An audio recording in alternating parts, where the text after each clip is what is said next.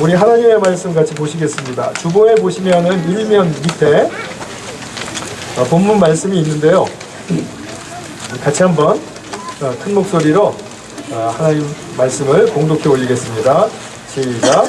너희는 유혹의 욕심을 따라 썩어져가는 구습을 쫓는 옛사람을 벗어버리고 오직 신령으로 새롭게 되어 하나님을 따라 의와 진리의 거룩함으로 지으심을 받은 새 사람을 입으라. 아멘. 우리 히브리서의 아주 중요하고 정말 축복이 넘치는 말씀을 함께 보셨습니다. 오늘 제가 침례를 설명을 하면서 우리가 침례할 때 가장 중요하게 초점을 기울여야 할 것이 무엇인가, 우리 그 부분을 먼저 좀 살펴보고, 또 우리의 마음속에 일어난 변화, 하나님께서 일으켜주신 그 변화에는 우리의 감정과 또 우리의 표현에는 어떤 것이 따라올까 하는 그런 측면을 한번 살펴보려고 합니다. 우리가 침례를 여러 번 우리가 여기 와서 침례식을 했는데 오늘 처음 오신 분들도 많죠. 우리 새로 오신 교우들은 아마 이 침례하는 것을 아마 처음 보시는 분들도 있을 것 같아요. 우리 침례교에서는 침례식을 할 때 침례받는 수세자를 물에다가 푹 담급니다. 물에 아예 이 머리카락 하나도 뜨지 않게 쭉 담궈요, 깊이. 그러면 그게 바로 침례의 뜻이에요. 침례란 말은 무슨 말이냐면 담근다라는 뜻입니다. 깊이 담그는 거예요. 그래서 우리가 뭐 노란색 물을 오이지를 만들 때, 그건 뭐라 그러죠? 단무지를 만들 때 색소는 물에다가 깊이 담그면은 하였던 무가 노란 무가 되잖아요. 그것처럼 하나님께서 의도하시는 새 사람으로 물드는 그런 작업을 이 물 속에서 하는 것입니다. 처음에 우리가 물 속에 들어가기 전인데 이제 자기 자신이 예수님을 믿고 나는 이제 예수님과 함께 십자가에서 죽겠습니다 라는 그런 결단을 해요. 그러면은 자기로서는 그게 사망 선고가 되어야 됩니다. 자기 죽음에 대한 선고가 되고 고백이 되어야 된다는 말씀이에요. 그래서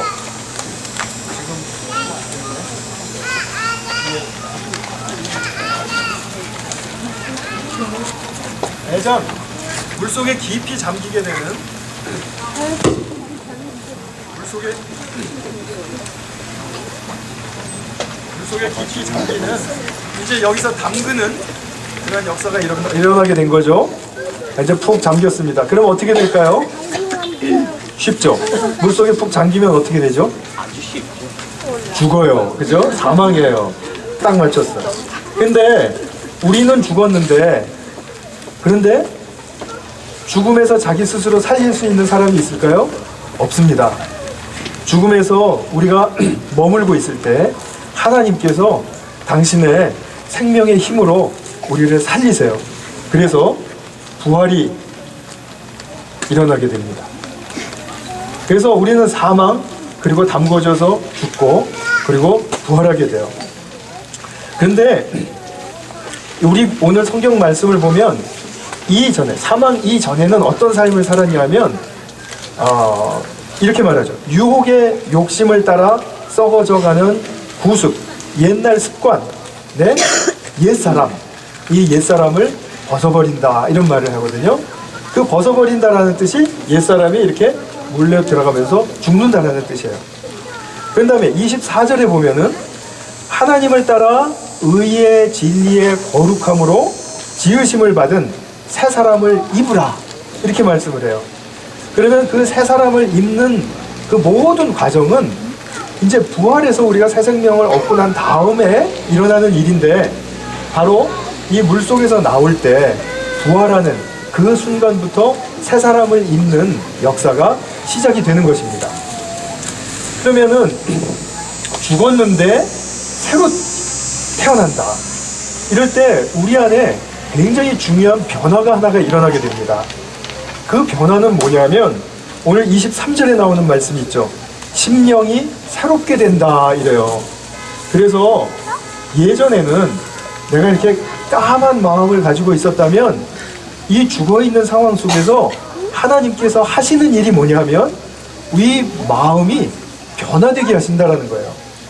그래서 마음이 변화될 때 새 마음으로, 심령이 새롭게 되는 이 새 마음으로 우리에게 허락해 주시고 이것을 우리에게 심어주세요. 그러면 우리가 이 마음이 새롭게 된다라는 이것이 우리가 죽었을 때, 우리는 아무것도 알지 못할 때 일어난 일이에요. 우리는 죽었다 깨어나도 나의 마음이 바뀌는 것을 그 순간순간에는 알 수가 없습니다. 그래서 이것은 보이지 않는 가운데 마음이 바뀌는 것입니다. 그래서 마음이 바뀌게 되면 우리가 무엇을 깨닫냐면, 아, 내가 옛날에 어떻게 살았는데 지금은 이렇게 살아야 되겠구나 하고 마음의 태도가 바뀌게 됩니다. 우리 영어 성경에 보면 전부 Spirit of the Mind, 그래서 마음의 영이 바뀌었다 이런 표현으로 해서 정확하게 번역을 하고 있는데 오직 NIV에서만 Attitude of Mind 이렇게 얘기해요. 그러니까 마음의 태도가 바뀌었다는 것입니다. 마음의 방향이 바뀌었다는 거예요. 그래서 우리는 마음의 태도와 방향이 이제 예전에는 향하지 않았던 새로운 곳을 향해서, 그래서 그렇게 살게 되었다라는 뜻이죠. 옛날에 그러면 우리가 어떤 옛 구습에 쫓는 옛사람, 그죠? 구습에 쫓는 옛사람의 모임을 살았다는 것은 과연 우리가 어떤 마음을 가지고 살았냐 하면 바로 이것입니다. 뭐죠? 상한 마음이에요. 상한 마음이라는 것은 우리가 너무 자기를 향한 자기중심적인 마음이 강하기 때문에 자기에게 무언가 채워지지 않으면 쉽게 분이 나고 쉽게 절망하고 그것에 정말 초월하지 못하고 연연하고 집착하고, 그래서 우리가 지난주 지지난주 살폈던 것처럼 집착의 그 중독의 그 죄의 그 습관에 자기도 모르게 빠져서 자기만을 향해서 자기 가족만을 향해서 이렇게 살게 되는 이제 그런 마음 상태를 상한 마음이라고 얘기를 합니다. 또 우리는 어떤 것이었죠? 자기가 뭔가를 좀 잘하게 되면 얼른 자기를 자랑하고 싶은 거예요. 그래서 자기의가 너무나도 강해지는 그 방향으로 산 거예요. 내가 나를 자랑하겠다라는 마음을 먹지 않아도 옛날 습관에 따라가는 삶에서는 자연스럽게 나를 자랑하고 싶은 방향으로 항상 나아가게 돼요. 겉으로는 자랑하지 않더라도 내 마음속으로는 참으로 자랑하고 싶은 마음이 굉장히 강해진다라는 말씀이죠. 그러면서 또 하나 생기는 것은 뭐냐면 자기 주장이 강해집니다. 자기 주장이 강해지는 거는 막 겉으로 내가 나를 주장하고 막 이렇게 세게 하는 것도, 자기 고집을 부리는 것도 자기 주장이에요. 그러나 자기 주장을 하는 방식은 굉장히 교묘하죠. 때로는 말 안 하고 딱 자기 자신을 격리하면서 자기를 시위하는 그러한 자기 주장의 방법도 많이 있죠. 또는 여러 가지 꼼수나 또는 어떤 교묘한 수를 써서 자기를 주장하고 자기의 의견이 관철하기까지 아주 집요하게 붙들고 늘어지는 그런 자기 주장의 방식의 삶이 있다는 것입니다. 이것이 바로 옛 사람의 우리의 마음의 상태에서 나오는 모습이고 삶의 방식입니다. 이것을 빠져나갈 수 있는 사람이 그렇게 많지가 않고 아예 없다 싶을 정도로 우리는 보기가 힘들어요. 마음의 변화를 입어야만 우리는 바로 이러한 옛 삶의 상황 속에서 나올 수가 있는 거거든요. 그러면 우리가 한번 보겠습니다. 과연 나의 마음이 검은 마음에서 이렇게 밝은 마음으로 변화될 때 그 변화되는 그 증거가 뭐냐라는 거예요. 그죠? 우리는 내 마음이 바뀌는 것을 어떻게 알 수 있습니까? 이것도 죽었다 깨어나서 나는 나를 객관적으로 판단할 수 없습니다. 나는 마음이 아무리 바뀌었다고 얘기해봤자 나랑 가장 가까운 데 있는 사람들, 또 나랑 자주 만나는 사람들이 인정해주지 않으면 그건 사실은 바뀐 게 아니에요.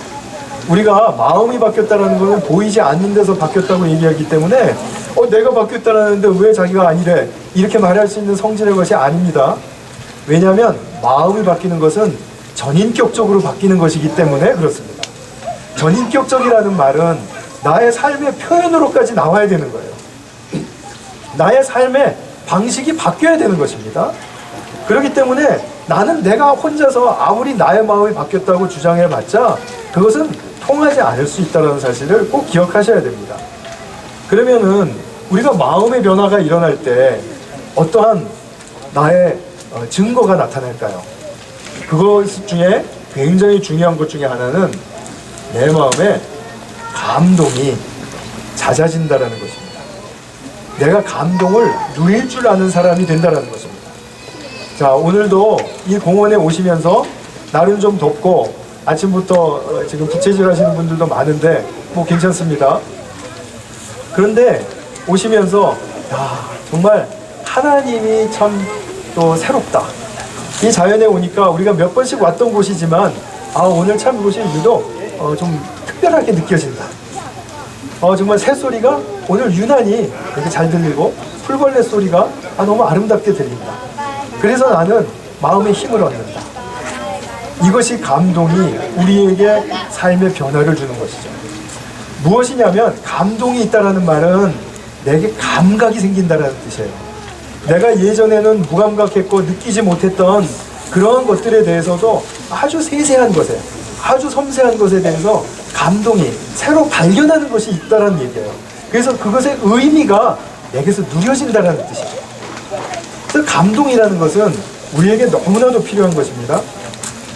이것이 바로 새로운 안목, 새로운 가치관, 이것이 생기지 않으면 감동하기가 쉽지가 않아요. 무슨 말씀이냐면 나는 늘 먹고 사는 게 최고다. 오늘도 나는 나의 삶을 강화시키고 소유를 많게 하는 게 최고다라는 그런 가치관을 가지고 거기에 빠져 살 때에는 우리에게 나의 가치관을 채워줄 수 있는 이런 아름다운 자연이라든지 우리 형제자매들끼리의 아름다운 관계, 교통의 또는 소통의 그런 기쁨이라든지 이런 게 그렇게 중요하게 생각되지가 않겠죠. 내가 우선하는 것이 먼저 있으니까요. 그러면은 그런 사람들은 관계에서 오는 아주 섬세한 가운데 기쁨을 발견하고 누릴 수가 없습니다. 항상 나는 중요한 게 따로 있으니까 그런 거예요. 그래서 새 마음을 입는다라는 것은 나의 가치관이 바뀌고 안목이 바뀌고 나의 태도가 바뀐다라는 뜻이에요. 그래서 우리가 감동을 우리가 이제 테스트할 때 한번 이런 것을 생각해 보시면 좋겠습니다. 남들이 다 좋아하고 남들이 다 아름답다고 하고 남들이 다 감탄하는 것에 대해서 나도 감동하고 나도 좋다고 하고 감탄하는 것은 그거는 뭐 별로 의미가 없습니다. 근데 내가 진짜로 감동을 누리는 자가 되었느냐 하는 그런 측면에 있어서는 남들이 별로 이렇게 호감을 갖지 않는 사람이 있어요. 그러면 나도 또한 그 사람을 선입견을 가지고 바라보든지 아니면 내가 경험한 몇 가지를 가지고 기준을 대면서 저 사람이랑 내가 친하게 못 지내겠다, 난 저 사람 사랑하지 못하겠다 이렇게 생각하는 것이 아니라 사람이 한두 가지가 잘못되었어도 혹은 서너 가지가 잘못되었어도 그 사람 안에는 분명히 아름다운 심성이 있고 순수한 정말 선함이 있다. 나는 그 사람에게서 그거를 내가 한번 찾아보겠다고 결단하는 것입니다. 그리고 남들은 찾지 못한 것이고 남들은 그 사람이 그렇게 순수하고 좋은 사람이 아니라고 말할지 몰라도 나는 그 사람에 대한 확신을 갖는 거죠. 이 사람은 이런 부분이 정말 순수하고 정말 아름답고 정말 매력 있는 부분이야. 그렇기 때문에 나는 이 사람이 이런 모습을 가지고 있다는 것에 대해서 내 마음이 움직이고 감동을 얻는다. 이 사람에 대해서 아무도 감동을 못 얻어도 나는 이 사람을 통해서 감동을 얻는다. 이러한 우리의 테스트가 공동체 안에서 실행될 수 있습니다. 이것은 정말 중요한 테스트예요. 그렇기 때문에 우리가 얼마나 이러한 그 작은 것에 또는 숨겨진 것에 아니면 세세한 것에 감동할 수 있는가 하는 그런 나의 마음밭을, 이 마음밭을 내가 소중하게 간직하고 가꾸어가는 것은 너무나도 중요한 일이라는 것이죠. 우리가 성경을 보면 사도 바울이 쓴 그 서신서마다 빠지지 않고 나오는 것이 있어요. 심지어는 고린도 교회랑은 사도 바울과의 관계가 너무 안 좋았었어요. 가짜 사도라고 하고 또 우리의 재정을 등쳐먹는 그런 사기꾼이라고도 얘기하고 막 그래서 사도 바울이 엄청나게 상처를 사실 많이 받았었습니다. 그럼에도 불구하고 고린도전서와 고린도후서를 보면 나는 여러분들이 믿음을 갖게 된 것에 대해서 얼마나 자랑스럽고 감사한지 모른다. 나는 여러분들이 이러한 은사를 실행할 수 있게 된 것에 대해서 하나님의 축복의 역사가 있기 때문에 얼마나 감사한지 모른다. 그리고 내가 당신들을 얼마나 아끼고 사랑하는지 모른다. 나는 지금도 나의 해산하는 고통을 감수하고서라도 당신들을 그렇게 사랑하는 마음이 크다. 그래서 감사한다. 이렇게 감사하고 감동받는 그런 사도 바울의 모습을 엿보게 됩니다. 이것이 바로 크리스찬에게서 마음의 변화가 일어나면서 경험할 수 있는 아주 중요하고도 아름다운 축복입니다. 그래서 감동이라는 것은 나의 삶을 선하고 아름답게 만들어줘요. 그리고 사랑하면서 살게 만들어줘요. 감동이 없으면 사랑하는 삶으로 한 발짝 나가기가 그토록 힘들어요. 여러분 그거 경험해 보시지 않으세요? 나는 정말 사랑하고 싶다, 사랑하겠다 아무리 결단해도 내 사랑의 실천이 잘 되지 않는 이유가 뭐죠? 나의 사랑의 대상에 대해서 감동이 없기 때문이에요. 그것으로 말미암아 나로 하여금 감탄하게 하고 살아있는 힘을 느끼게 하는 그 힘을 제공받지 못하기 때문이에요.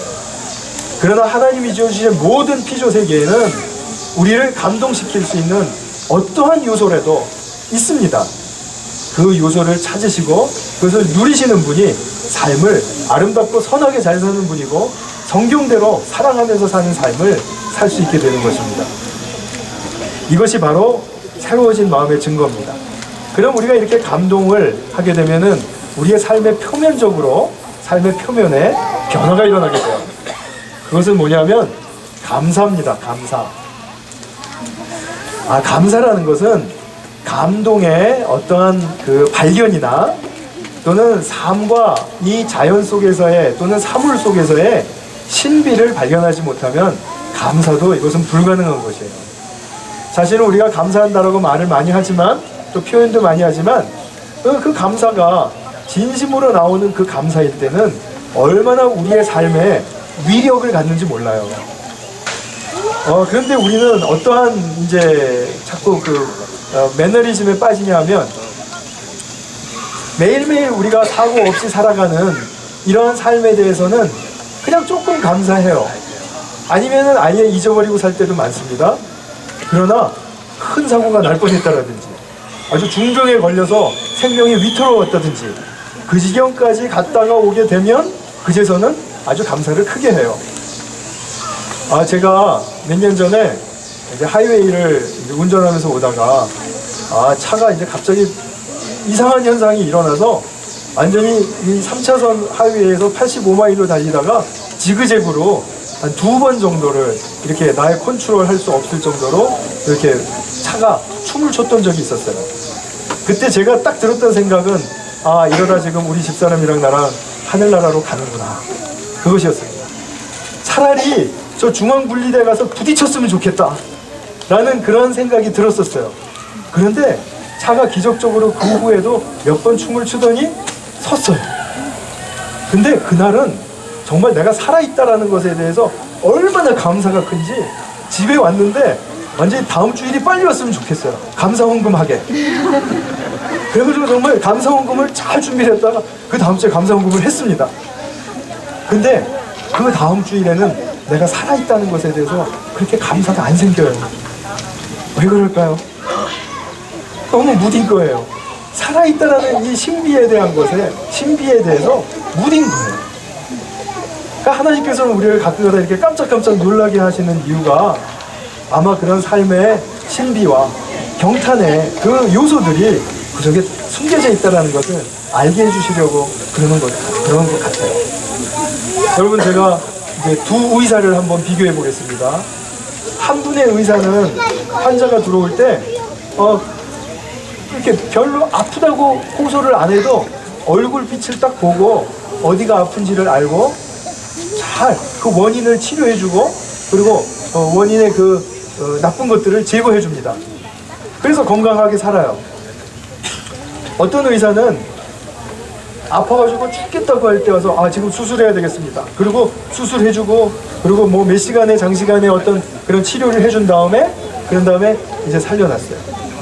어떤 환자가 두 의사 중 한 의사에게 더 감사를 많이 할까요?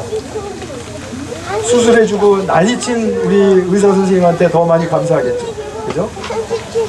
자기에게 원인을 치료해주고 그 원인의 악한 것들을 제거해준 그 미리 알아본 그 좋은 의사에게는 감사하기가 쉽지 않겠죠. 이런 좋은 의사들은 또 무시받기가 쉽습니다. 쓸데없이 예민해가지고 이래라 저래라 한다고 이렇게 생각하시기 쉬워요. 그러나 진짜 좋은 의사는 눈빛으로 얼굴빛으로 그 사람의 상태를 알아차립니다. 그런 좋은 의사 만나실 수 있기를 바랍니다. 네. 그리고 우리의 영혼의 상태에 대해서는 하나님께서 이렇게 해주시는 것에 대해서 인정하시고 감사하시기 바랍니다. 이것이 바로 우리를 사랑하게 하는 힘입니다. 진정으로 우리가 이런 감동과 감사가 없으면 그러면 삶을 사랑하면서 살기가 쉽지가 않습니다. 만약에 우리가 이 옛 모습에 속한 대로 감동과 감사가 없으면 어떻게 될까요? 어떤 우리는 상태를 경험하게 될까요? 그거는 너무나도 뻔해요. 이것만 얘기 안 해도 돼요. 불안, 긴장, 내가 뭔가 빼앗긴 것 같은 느낌 속에서 나의 삶을 줄다리기 한 것 같은 그런 긴장감 속에서 산다는 거죠. 그리고 때때로 공허감을 너무 많이 느낀다는 거죠. 이 공허감이 한 번 시작되면은 그칠 줄 모르고 어떤 누군가가 나에게 무언가를 해줄 때까지 스스로 자력으로 회복하는 경우가 지극히 드물다라는 거죠. 그래서 자꾸 다른 사람들에게 의존하게 되고, 그러나 그 사람들은 또 돌이켜서 보면 나의 경쟁의 상대이고 시기의 대상이고, 그러다 보면 또 공허해지면 또 그 사람들이 나에게 뭘 해주기를 원하고 하는 이런 악순환의 삶이 옛날 구습에 쫓는 옛사람의 삶이에요. 이것으로 우리가 살고 싶지는 않은 것이죠. 그래서 우리는 늘 은혜와 신비의 발견 속에서 살아가실 수 있어야 됩니다. 그리스도인이 된다는 것은 이런 은혜와 신비를 발견하면서 굉장히 유연해지는 것입니다. 경직해지고 딱딱해지는 게 아니에요. 엄격해지고 그리고 뭔가 파워풀해지는 게 아닙니다. 내가 굉장히 어느 상황에서든지 유연해지는 것입니다. 이 유연해지는 것이 정말 나로 하여금 삶을 강하게 만들어주는 것입니다. 진정한 강함이 그런 약해 보이는 유연함 속에서 나오는 것입니다. 우리는 때때로 너무 우리가 경직되고 그리고 사무적이고 그러면 일을 잘하는 것처럼 보일 가능성이 커요. 그러나 교회에서 일을 하든 직장에서 일을 하시든 어디서 일을 하시든 간에 이러한 감동과 감사로 기인한 유연성을 잃지 않으시기를 바랍니다. 하나님의 자녀가 된다는 것은 내가 하나님의 축복을 많이 받으니까 많은 능력을 발휘해야 된다는 뜻이 아니에요. 내가 하나님을 잘 믿으니까 많은 소유가 내게 오고 그 소유를 가지고 많이 베풀고 많이 봉사하고 이렇게 살아야 된다는 뜻도 아닙니다. 1차적으로 아니에요. 그렇다고 해서 많은 소유가 얻으면 다 내 거다 이런 뜻 전혀 아닙니다. 절대로 병 걸리지 않고 내가 남들보다 오래 건강하게 살았다, 이것이 하나님의 사람이 된 그런 증거가 될 수가 없습니다. 하나님의 사람이 되었다는 것은 나의 주어진 삶과 지금 이 자연과 나의 관계와 상황 속에서 은혜와 신비를 발견할 줄 아는 사람이 되는 것이 바로 하나님의 사람이 되었다라는 증거입니다. 이것에 대해서 우리가 양보가 없으셔야 돼요. 이것에 대해서만큼은 내가 사력을 다해서 은혜와 신비를 발견하는 그런 우선순위의 삶을 살아내겠다라고 그렇게 결단을 하셔야 합니다. 그러면 내게 감동과 감사가 많아져서 나의 내면의 세계가 질서가 일어나고 풍요로워져요. 풍요로워지면은 그 사람은 세상에 감당할 수 없는 사람이 되는 것입니다. 이러한 내적인 부요를 나만을 위해서 사는 것이 아니라 가족과 또 교회와 또 내가 속한 사회, 그리고 이 자연을 위해서 마음껏 하나님께서 사용하실 수 있도록 내어드릴 수 있는 그런 복된 하나님의 아들과 딸들 되실 수 있기를 바랍니다.